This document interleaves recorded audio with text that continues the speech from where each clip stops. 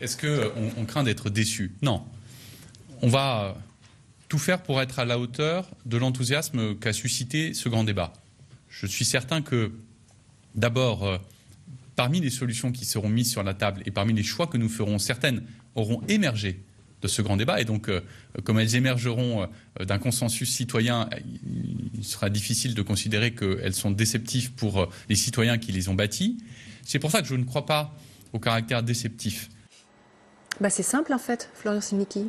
C'est d'autant plus simple lorsque vous êtes une autruche, que vous avez décidé de rien écouter, de ne rien voir, de rester dans votre couloir et de continuer à ignorer tous les signaux de terrain et toutes les études d'opinion. Mais après tout, on ne peut pas lui en vouloir, c'est son job de maîtriser parfaitement cette langue de bois.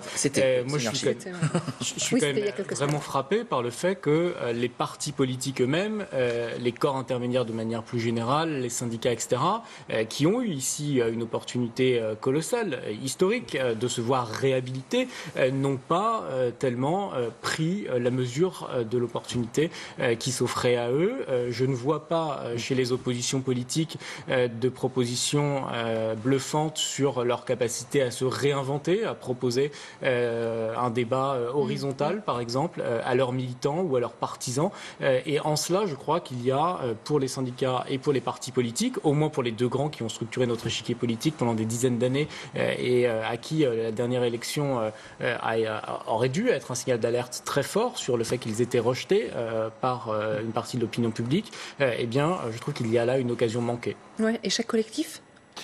Oui, il y a un peu de l'échec collectif, effectivement. Depuis l'élection d'Emmanuel Macron, je ne cesse toujours de penser une chose qui est de me dire effectivement quand est-ce que les organisations politiques d'opposition elles-mêmes enclenchent une marche telle que celle qu'Emmanuel Macron, avec La République En Marche, avait initiée à partir de l'été 2016.